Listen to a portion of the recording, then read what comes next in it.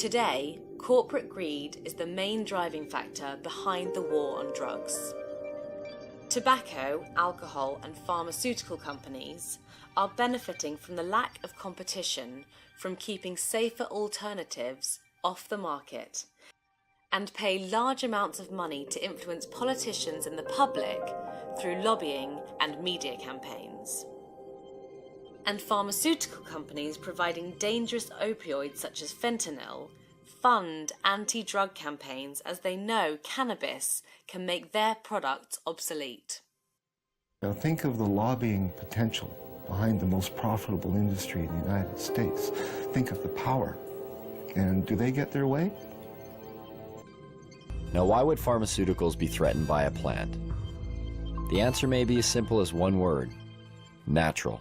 Because a significant amount of research to date has confirmed or suggested that marijuana in its natural state is still the most effective form. Can you imagine a world where you or I wouldn't have to pay for certain medicines?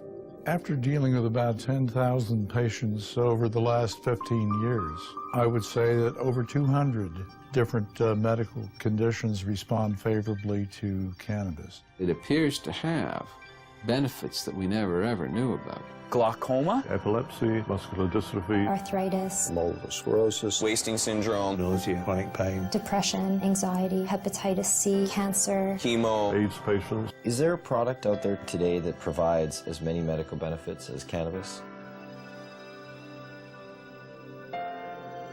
No. It remains an unutilized major resource. When you get to the top of both towers, the interests are the same. The major drug dealer wants to continue selling drugs. Law enforcement wants to continue trying to prosecute the people who are using the drugs, and there's a harmony there.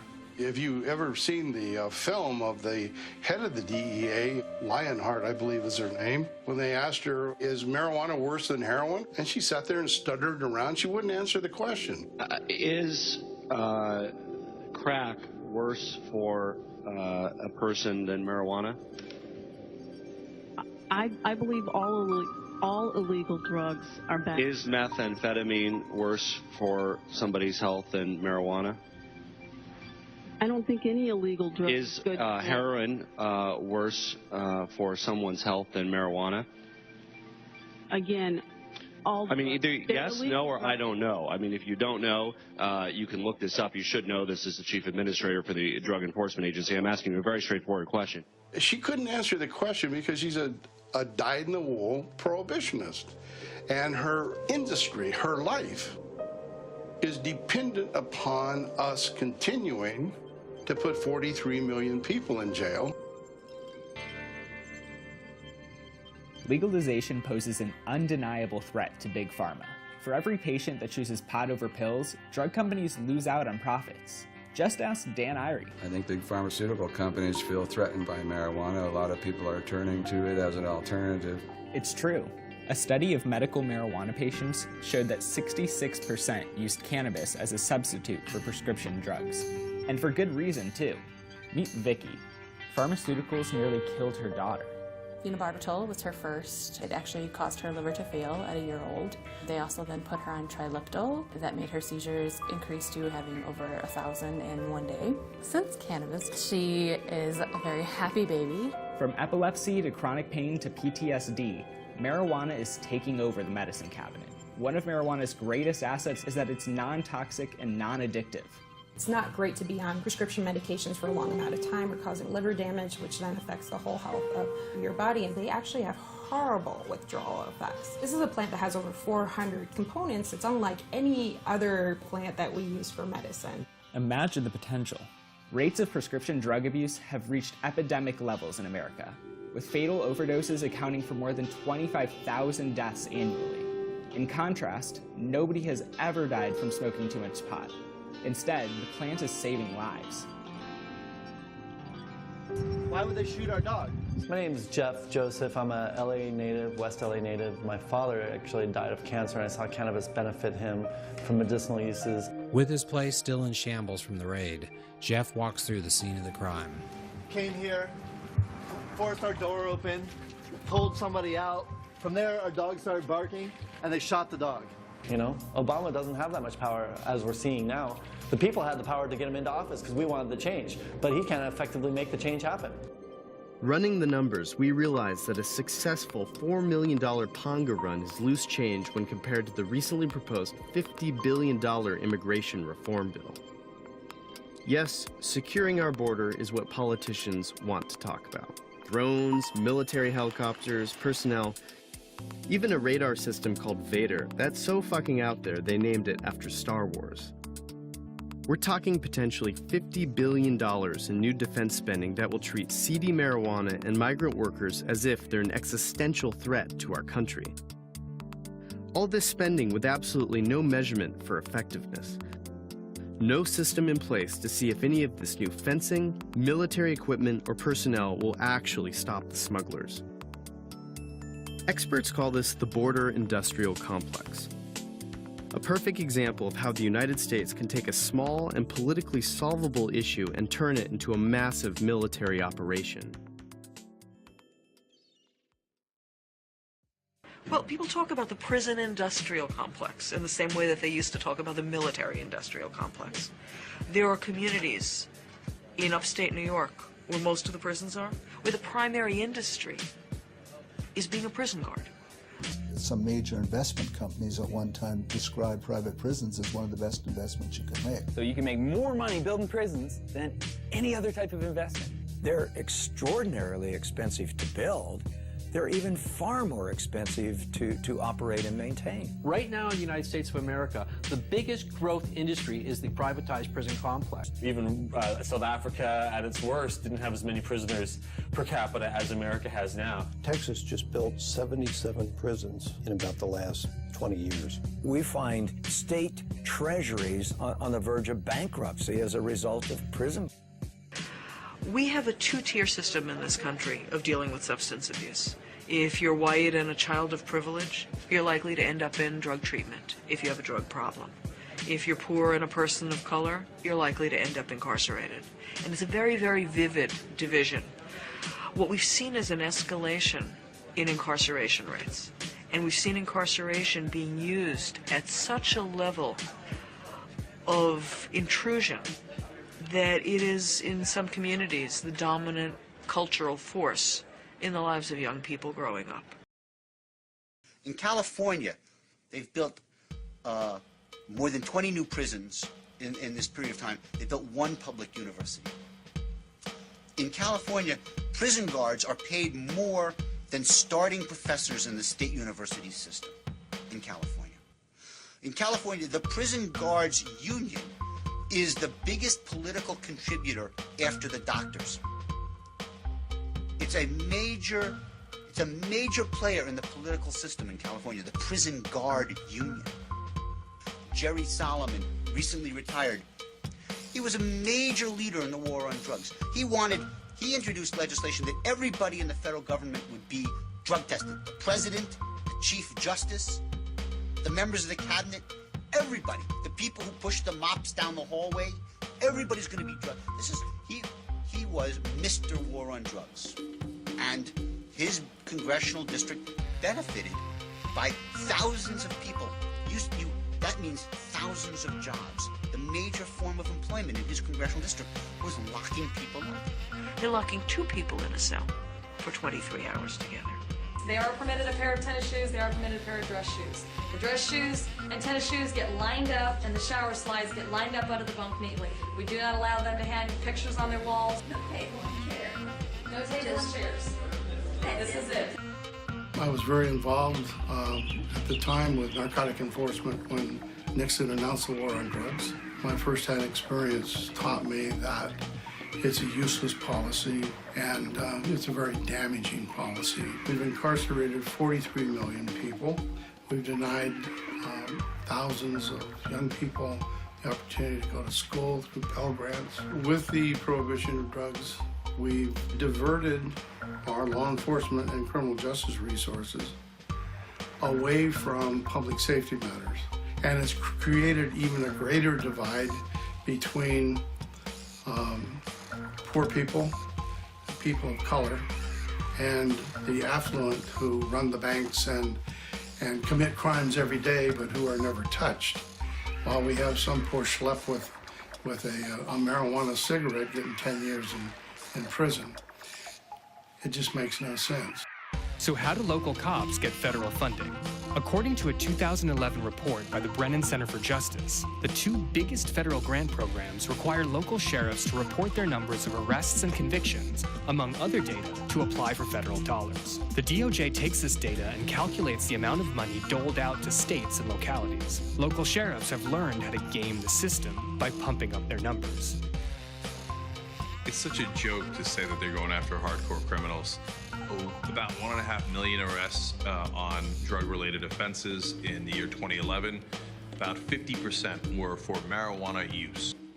The Riverside County Sheriff has an operating budget of about $500 million a year, but they're actually facing a shortfall. So arresting more kids and getting more money from the feds is totally in their interests. So this compound for the Riverside Sheriff's Department is pretty swank. Palm trees, a kind of this like curved modernist architecture, and it's spotless. And this is all taxpayer money that basically funds this kind of stuff.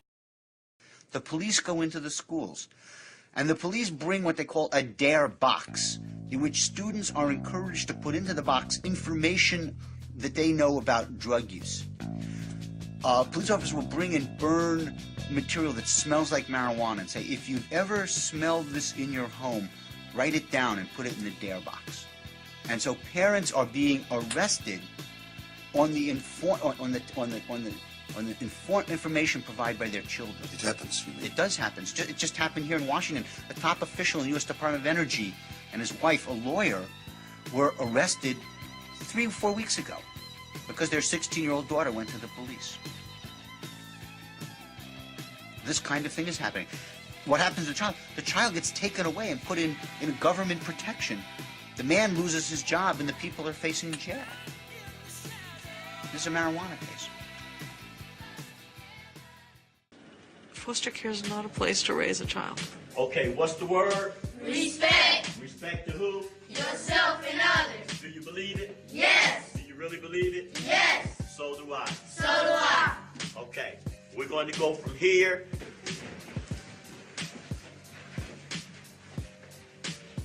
Thank you, Group A. Real good.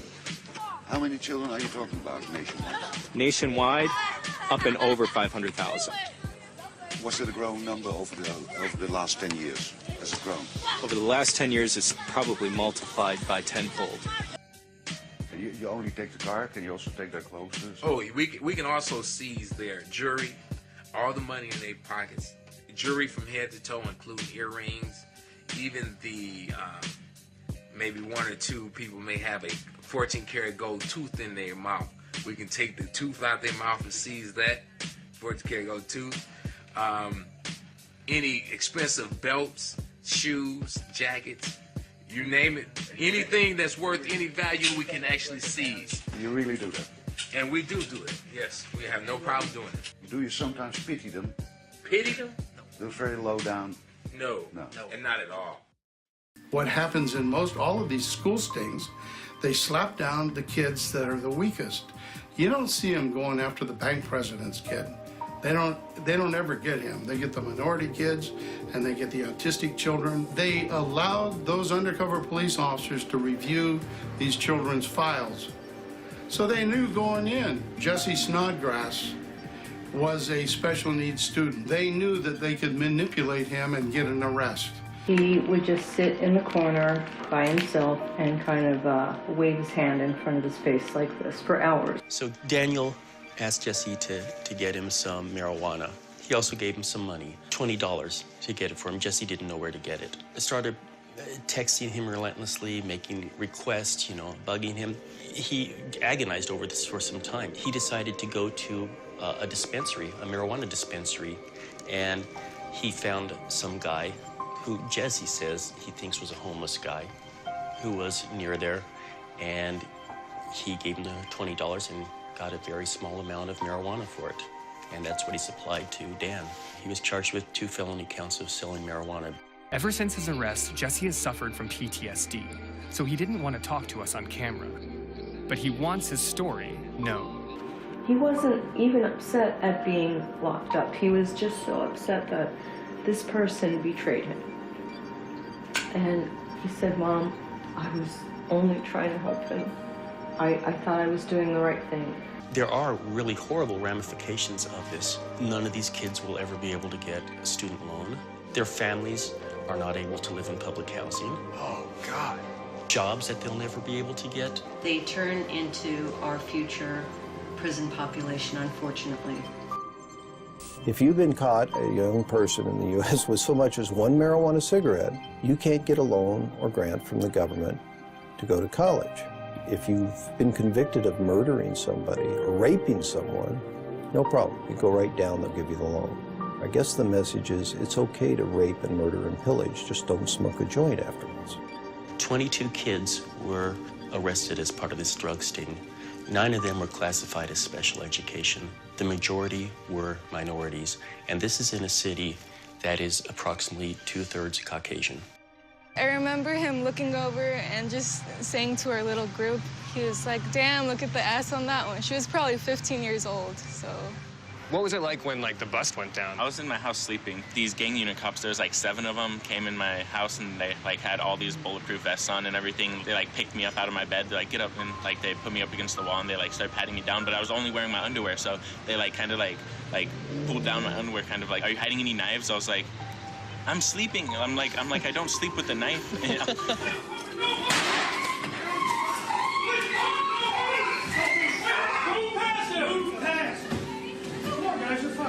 You're fine. Just make sure we're stay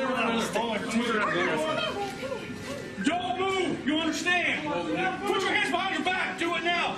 Behind your back. You shoot my dog. You shot my fucking dog. I was in my Algebra 2 class. All of a sudden, these huge officers with their vests on and the full gear and everything, they come in and they're like, oh, where's Jessica? And they grabbed me. They took me out the door, they pinned me to the wall, handcuffed me. The students were just staring at me, so I turned around and said bye. That was all over the news that night. With a really bad headline.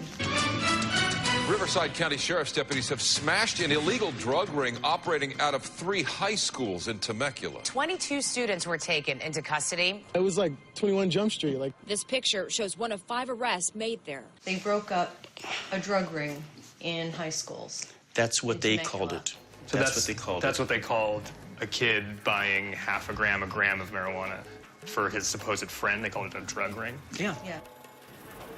We have a judge, a retired judge who was on our board, and he came to me one day distraught because he needed to sentence somebody who had committed a rape to a lighter sentence than to a repeat offender who had 1 vial of crack. Yep, I fucked up, but I don't think I should die for it. I have life without parole, which means I'll stay in prison until I die. That's a death sentence in my opinion. The reason I started with meth is because I got laid off. Somebody said, here, try to sell some of this and get you a little extra money. And then I started using it, and then I had to sell it to pay for it. How much is 3 ounces of methamphetamine? It will fit in a small envelope. There's a woman who calls me from prison. She has a son who was 9 years old when she went to prison. The son attempted to commit suicide. The son has run away. The son misses his mother. Now you think about the families that are screwed up. But, the kid doesn't know anything about this. The kid is being hurt. The mother had a boyfriend who was a dope dealer. And the dope dealers said that the mother stored the drugs. She said, I didn't store drugs in my house. If there were drugs in my house, it was the boyfriend. I had nothing to do with it. It's a woman who has no money. Her car is repossessed. She's not a dope dealer. She's struggling to take care of her kids. She lives in public housing. She has nothing. She's not a dope dealer. She's doing 235 months. She's doing almost 20 years. There was a very nice ranch in Southern California, and the police decided to raid it because they suspected that there were marijuana plants on the property. So they went and made a raid, and the owner of the property tried to defend his property by using a gun. Allegedly, he did not know who was coming on his property. They broke in the front door. And they killed him. And so the owner of the property was killed. And there was a subsequent investigation because of the murder of the citizen. And they found no marijuana plants on the property. And the subsequent investigation clearly stated that apparently the police decided that this was a very nice, valuable piece of property, and they thought they could seize it and get a couple of $1 million. They as asked a for the consequence. assessed value, or they got an assessment on the value of the property before the raid. So that clearly there's an indication that they intended to seize it because it was a valuable piece of property. For a few marijuana plants. Take a person that's addicted and push them in jail and you don't give them treatment, you can guarantee that that person will relapse within a few weeks of actually leaving the jail, no matter how long they've been there, with no drug exposure. If you don't treat, they will immediately relapse for drug taking. But very importantly, they'll end up reincarcerated pretty soon. In Australia, for example, recently, they have been trying to set up like the Swiss trial, a approach for heroin addicts to make clean heroin available to addicts, to eliminate the criminality and stop the spread of disease. And the Assistant Secretary of State goes down there and threatens the government of Australia and says, look, you cannot do this. You know, this is going to have enormous implications. You know, we will take actions that you will not like, and it may be in trade and it may be in other foreign policy matters, but this is unacceptable. The WHO is the division of the United Nations responsible for setting global health standards. The World Health Organization wanted to really restrict sugar intake to a level that scientists recommended. They recommended no more than 10% of calories in a diet should come from sugar. Well, the sugar groups hit the roof over that one. So there was a very strong pushback in Washington by the industry. Senators Larry Craig and John Breaux, a Republican and a Democrat, asked then Secretary of Health and Human Services, Tommy Thompson, to stop the report. The Bush administration is resisting a plan from the World Health Organization to fight obesity on an international scale. The administration says it is too tough on the food industry. Tommy Thompson actually took a jet to Geneva and basically told the World Health Organization that if they published this document, we would withhold the $406 million that we were going to pay them as our contribution to the WHO. In other words, we extorted the WHO to bury this document. The sugar recommendation was deleted from most World Health Organization reports going forward up to this very day. Lobbyists for the sugar industry recommended that 25% of calories in your daily diet should come from sugar, 2.5 times the WHO recommendation. While food nutrition labels list government-recommended daily amounts of various nutrients, today, when you look on any food label, you will not find sugar listed with a percentage for the daily recommendation. And the US government, acting as a spokesperson for corporations, has been at it again with drugs. In the 1990s, the WHO conducted its largest ever study into the effects of cocaine and found the biggest harms were due to it being illegal, and suggested taking a more empathetic and educational approach to harm reduction than criminalizing it. Once again, threats were put forward stating the removal of the United States' share of the funding for the WHO if it were published. Only recently, in 2015, the UN was about to launch another paper recommending the decriminalization of drugs, emphasizing the dangers posed by the spread of diseases like HIV. However, again, a key nation threatened to withhold its share of funding if the paper was released. The report was never officially released, but leaked by Sir Richard Branson. All sorts of people start to get a vested interest, a financial interest, in keeping the system going. Well, we're in the business of supplying corrections with products. It's a growing market. Prisons, there's a lot of prisoners in the United States. That's what I mean by growing. Oh, okay. Now you got me feeling awkward because of the camera. Put it down.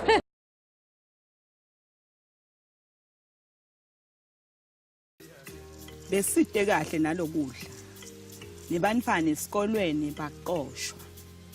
Ngaqala ke ngabona kumakhelwane babaleka baphumelele. Nami sengiyita ke ngidongisa sengibhace nami la ngibhaca khona ke sengiyalima ke. Kude msebenzi, kude mali, kude yini ngiko izama ngalokuthi singakhoni kurobha abantu. Yeah. Then house ngiyakhile ngayo. Ngiyaphila ngodla ifamily ngakho. Okay, bona. Konke yakwenza ngakho. The great thing about it, as far as the Moroccans are concerned, is that the little village where we used to buy from, we supplied their generator, we supplied their well, we supplied a lot of infrastructure for them, which they were very, very pleased about. Show us an alternative. If we don't grow poppies, what can we do? There are no factories to work at, and there are no other jobs. People ask why they don't grow another crop. Kabul has been known for its melons for centuries, but there's no point in growing melons if you can't get them to a market. If the road to your village is in such a poor state that you can't actually drive a lorry along it, then clearly growing melons is not going to be worth the effort. It's the same for all sorts of other crops. There are all sorts of potential crops that could be used, but because the infrastructure isn't there, the one you have to fall back on is something like opium. And punitive actions like crop eradication may be doing more harm than good. Many farmers are now turning to the outlawed Taliban and insurgents for support. He's one of a group of drug warlords who control large areas of Afghanistan.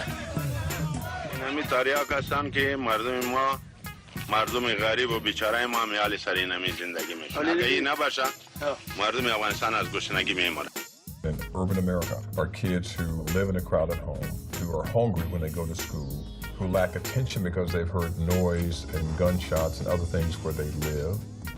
I don't think people fully understand. In the inner city, these kids are making rational choices.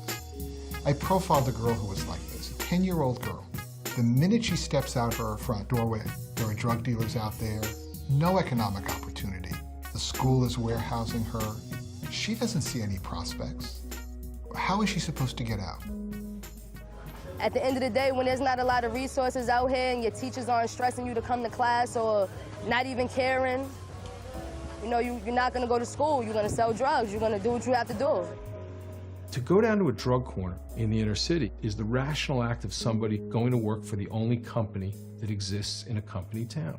When that is the only economy that's functioning in certain places in this country, what do we expect?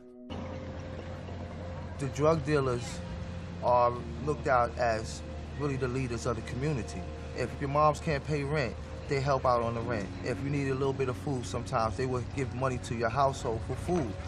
He wants some water from the store. He give you a $5 bill. Go get me a water. You know the change is yours. Half these waters he didn't drink. Ice cream truck came, always bought us ice cream. And he didn't even have to pay. He'd tell the ice cream man, hey, yo, get him. And ice cream man give us all ice cream. Honestly, I loved them. I loved them because when they came around, it was Christmas. In a country with extreme poverty, organized criminals have no shortage of recruits willing to risk trafficking ketamine. Just stopped just to ask her a few questions, no real reason to stop her over anybody else. Historically, we tend to get more cannabis than we do cocaine in the flight. So she obviously saw her opportunity, knowing what she had on her person, and just walked through the channels. Unfortunately for her, she was stopped. Are we cuffing? Suddenly realizing how much trouble she's in, the woman goes into shock.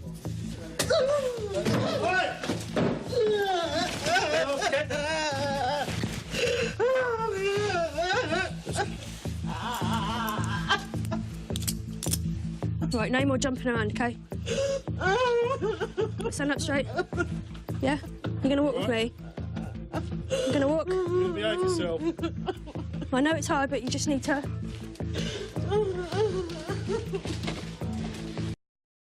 We always said to ourselves, you know, we are just selling hugs and kisses and love stories everywhere. Man, we do this to feed our children, man, and, you know, try to, you know, keep the bills paid up. We come from the slums, so we do it by any means necessary.